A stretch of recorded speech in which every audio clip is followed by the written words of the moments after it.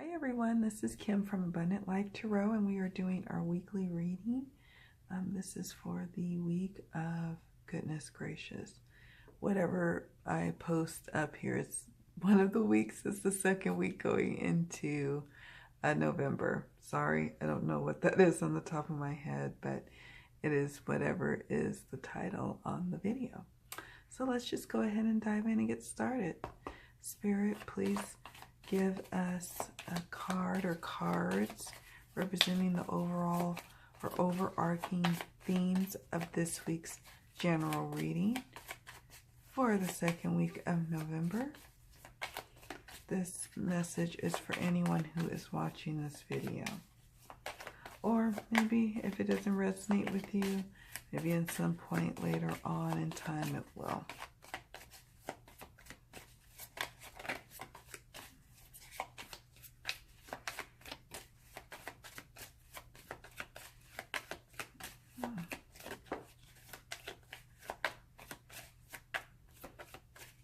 Inner messages, Spirit.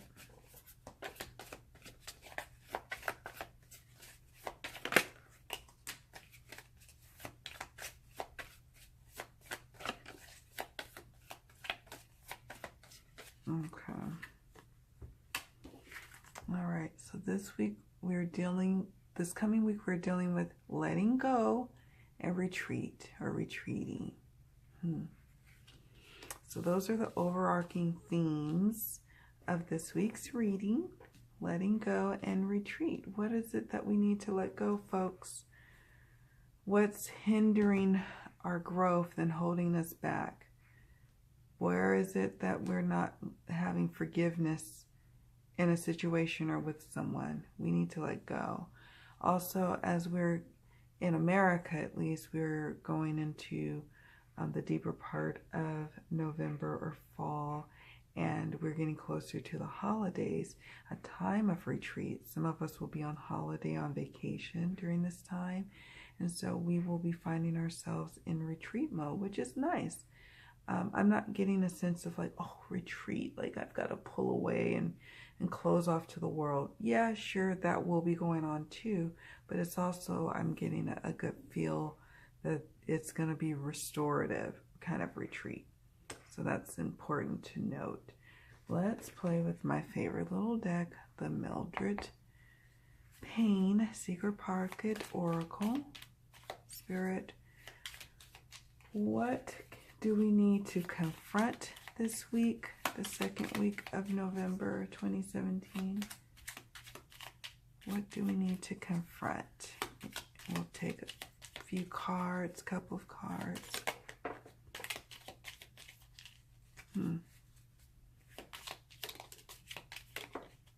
All right. So this.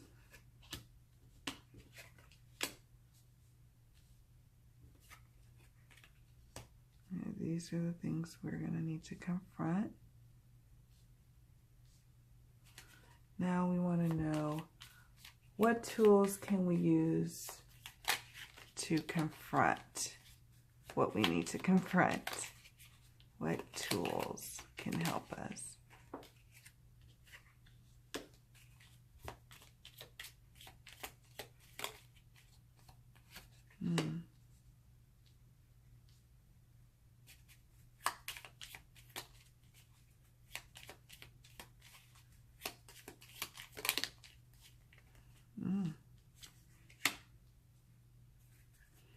Okay, and what's the outcome of confronting what it is that we need to confront? What will be the outcome if we employ the tools that we need to confront what we need to confront? What will be the outcome next week for us? And some of us, huh? Maybe not all of us, but some of us. Okay. So first up, we have Factory. Okay. So Factory. I'm gonna take a look here. here. So 34 is factory, hard work, industrious, bringing ideas into reality. So this week we are confronting hard work, industriousness, bringing ideas into reality. So that tied in with letting go. 46. Umbrella, protection from something beyond control.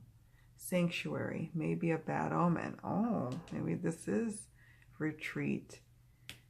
Maybe a bad omen. And then 51, spider, strong and powerful female energies, carefully designing one's life. Wow. Interesting. So then we move on to how do we confront it? And then we have 9 is ear. And that says hearing news, listening to others, being aware of situations, being aware of treacherous kind of people or deceitful kind of things like the rat. 35, which says a traitor or untrustworthy person, disease. And 6, devil.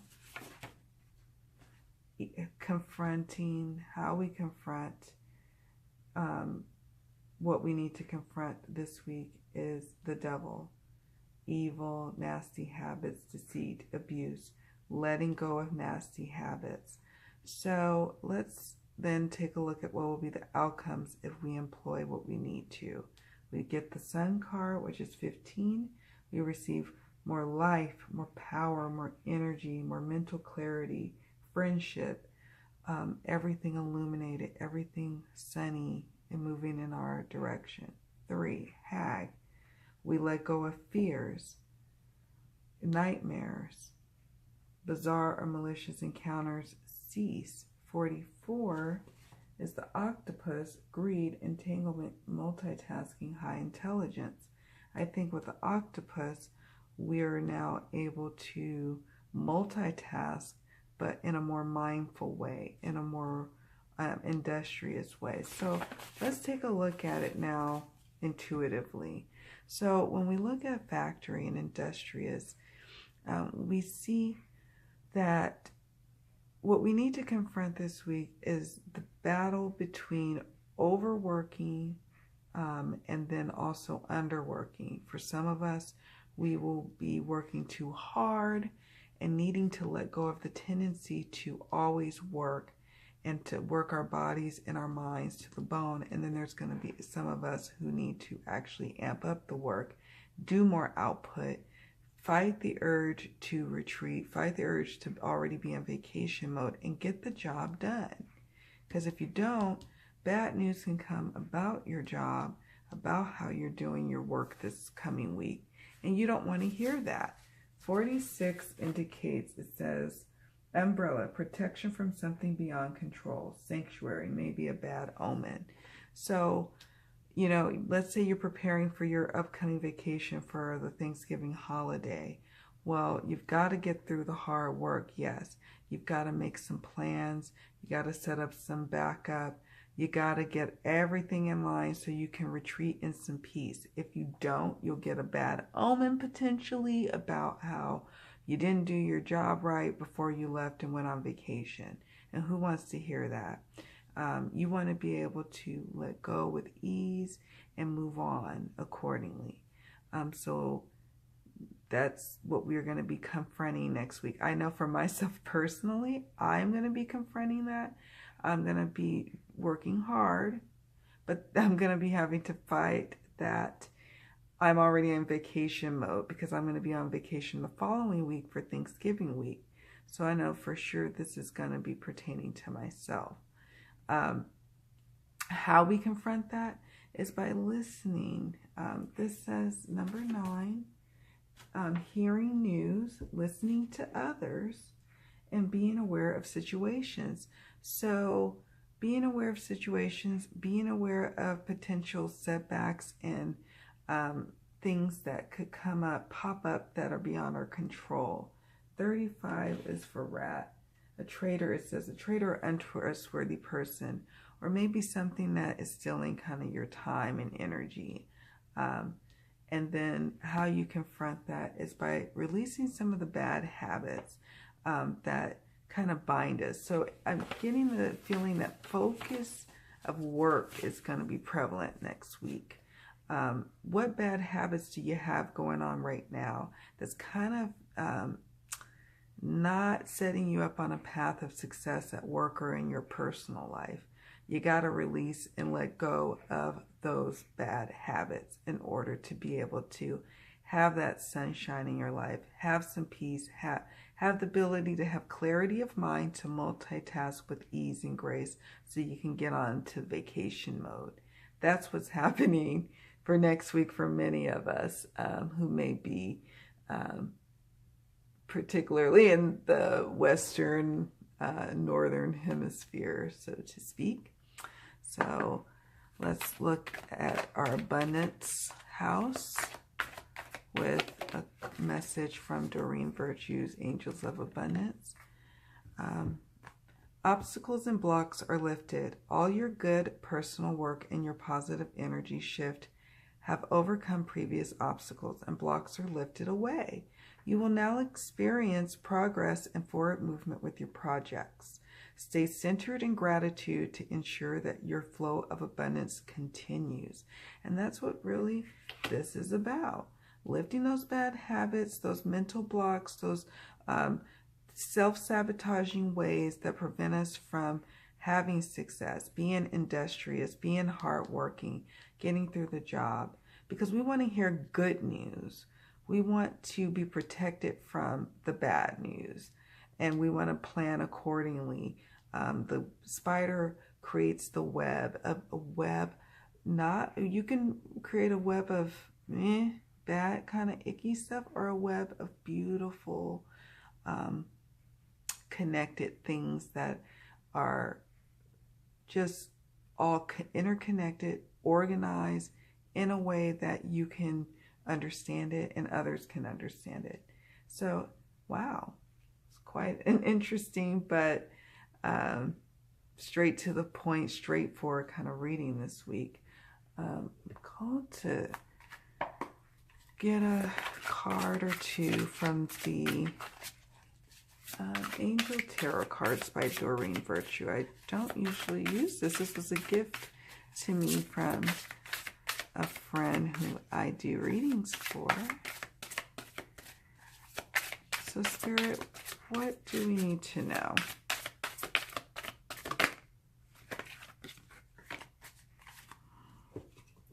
Queen of Earth, Queen of Pentacles, thoughtful, creative, warm, sensible. Make time for those around you. Take a sensible approach. Deal with challenges in a kind and understanding manner by listening, right?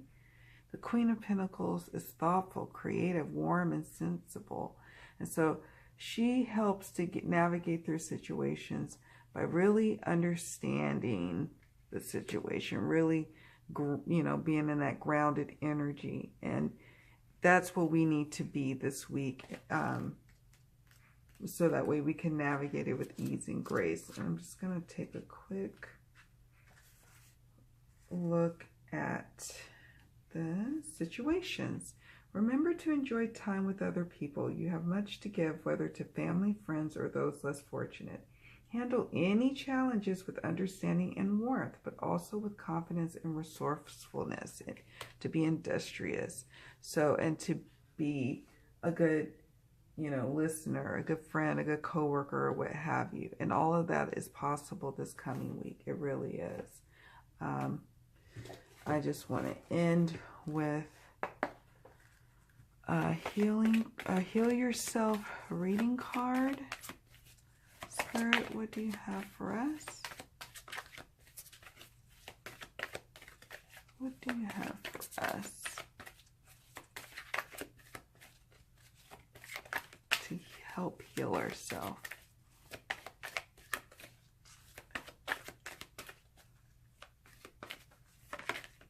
I guess I don't have to end it so soon, but let's see how much time we have.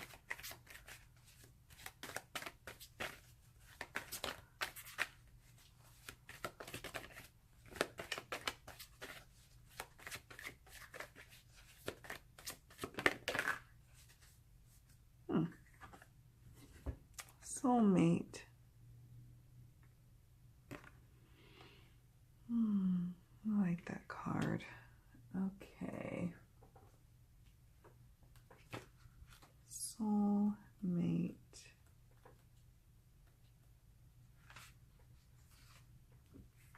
Open your heart and invite sacred love. Your soulmate is not too far from you. To connect with them, you need to open your heart, call them in, and have patience. If you are not ready to accept your soulmate, keep working on self-love. You will be drawn to your soulmate like a magnet and feel an immense sense of familiarity, like you have known them before. Your capacity to love will increase dramatically, and you will experience higher states of consciousness. No one can touch your heart in the same way that a soulmate can. It is important to note that your soulmate will not necessarily be your partner. He or she may come in a completely different form than you have imagined, but they will offer you incredible wisdom, growth, and expansion. Be aware that we connect with our soulmates when we are ready to truly evolve and move to the next level of consciousness and life experience. We attract them into our lives when we need to open our hearts fully and learn about unconditional love. So yeah, we can sit with that. You know, that's beautiful. So some soulmate energy coming in next week, whether with our, it could be a friend soulmate. I believe in several soulmates. I don't believe in just one soulmate. But I think more, many people can come in and out of our life and actually be our soulmate, so to speak. So let's see. Actually, I think we have a little time. What do we need to surrender? I can't even shuffle this week, Spirit. What do we all need to surrender?